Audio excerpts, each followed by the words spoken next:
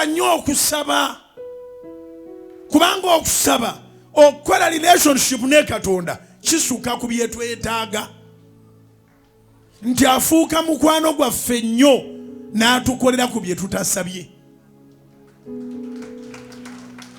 kubira Mukama engalo ez'amaanyi oba okitegedde yagalanga nnyo okusaba yagalanga nnyo Katonda kubanga bw'osaba kisuka ku bino nti mpa ssente mpa omulimu mpa ezzadde mpa kino mpa kiri kyova laba ffe tusooka na kwebaza kubanga si tujjirira bintu byokka tubyetaaga naye bye bisembayo tusooka kwebaza kubanga si bonna ababadde abalamu jjo nti leero balamu